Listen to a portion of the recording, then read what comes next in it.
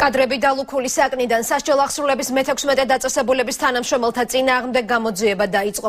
წინასწარი ინფორმაციით რეჟიმის უსაფრთხოებაზე პასუხისმგებელ პირებსა და ბადრაკს აკრძალული ნივთების გამოედავებიან. არსებობს ვიდეო თვალით გადაღებული მასალა. საუბარია იმ საპყრობილის პატიმრებზე, რომელიც ცოტა ხნის წინ ეგრეთ წოდებული მაყურებლის ინსტიტუტის აღდგენის მცდელობის გამო დახურეს. პატიმრები კი სხვადასხვა ციხეში გადაანაწილეს. ძიების პარალელურად ცნობილი ხდება რუსთავის ამავე ციხესთან დაკავშირებული კიდევ ერთი საქმე. მსჯავრდებულთა წამების ბრალდებით მე-16 საპყრობილის 2 ყოფილი თანამშრომელია დაკავებული. რუსთავის მე-16 დაწესებულების თანამშრომლების წინააღმდეგ გამოძიება დაიწყო. სასჯელ აღსრულების დეპარტამენტი იკვლევს, რა მიზნით შევიდნენ ციხის თანამშრომლები ადმინისტრაციის ბრძანებით დალუქულ საკანში. მე-9 არხის ინფორმაციით გამოძიებამ მოწმის სახით უკვე დაკითხა მე-16 დაწესებულების 11 თანამშრომელი. სასჯელ აღსრულების მინისტრის ინფორმაციით გამოძიებამ უნდა დაადგინოს, გაიტანეს თუ არა დაწესებულების თანამშრომლებმა დალუქული კამერიდან აკრძალული ნივთები, რომლებსაც პატიმრები იყენებდნენ.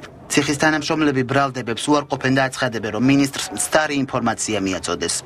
როგორც რომ ბატონმა მინისტრმა განაცხადა, რომ 11 კაცი იყო შიგნით შესულიო, ეს არის მცდარი ინფორმაცია.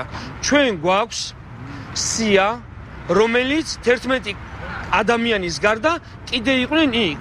და თუ არ შეერა ბატონ მინისტრს, გადაახვიოს ის კადრები. დალუქულ კამერაში შეღწევას ჩვენი მხრიდან ადგილი არ ქონია.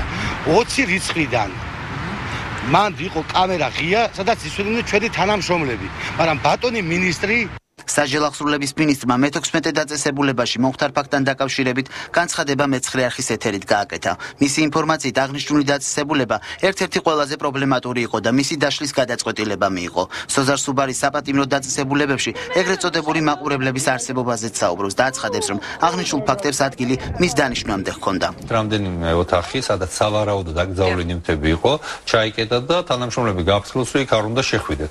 ისინი იქ მაინც შევიდნენ. იქ შესვლა უკავშირდება თუ არა დანაშაულს, გამოიტანეს თუ არა რაიმე აკრძალული ნივთი, მე არ ვიცი, ამას გამოძიება დაადგეს.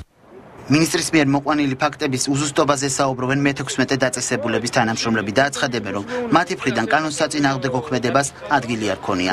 ბადრაგის თანამშრომლების სიტყვებით, საკანი დალუქული არ ყოფილა და ის მოსასვენებლად გამოიყენეს. დაუდასტურებელი ინფორმაციით რუსთავის მე-16 დაწესებულების მე-18 საკანი ეგრეთ წოდებულ ციხის მაყურებლებს ეკუთვნოდა. ამ ინფორმაციას ციხის თანამშრომლები პირად საუბრებშიც ადასტურებენ. თუ საჭირო გახდება, დამიბაროს პროკურატურა და იკავცენ ყველაფერს პასუხს. ყველანი საქმის პროცესში ჩაგანებულები, რომ შედიოდნენ თანამშრომლები ამ მე-18 კამერაში დასასვენებლად.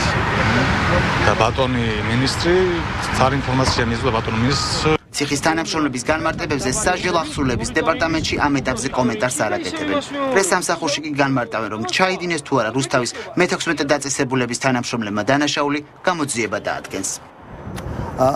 ცოტა ხნის წინ ცნობილი ხდება, რომ ქვემო ქართლის სამხარეო პროკურატურამ დააკავა 2 პირი, ესენი გახლავთ მე-16 დაწესებულების თანამშრომლები, რომელთაც ბრალი ედებათ პატიმრების წამებაში და არა ადამიანურ მოყრობაში.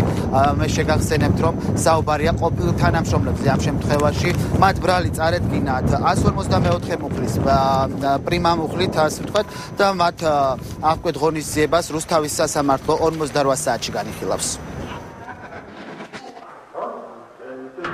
აღნიშნულ ფაქტზე დღეს 2013 წლის 25 აპრილს დაკავებული იქნენ ამ დაწესებულების თანამშრომლები გიორგი ჭღარკავა და თემურ ყორშია.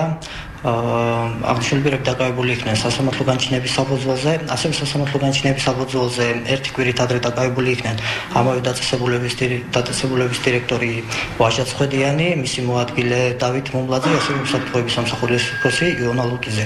გამოძიება დღის მდგომარეობით მიმდინარეობს 154 პრიმა მუხლის მეორე ნაწილით, დღის მდგომარეობით დაკავებულია 5 პირი.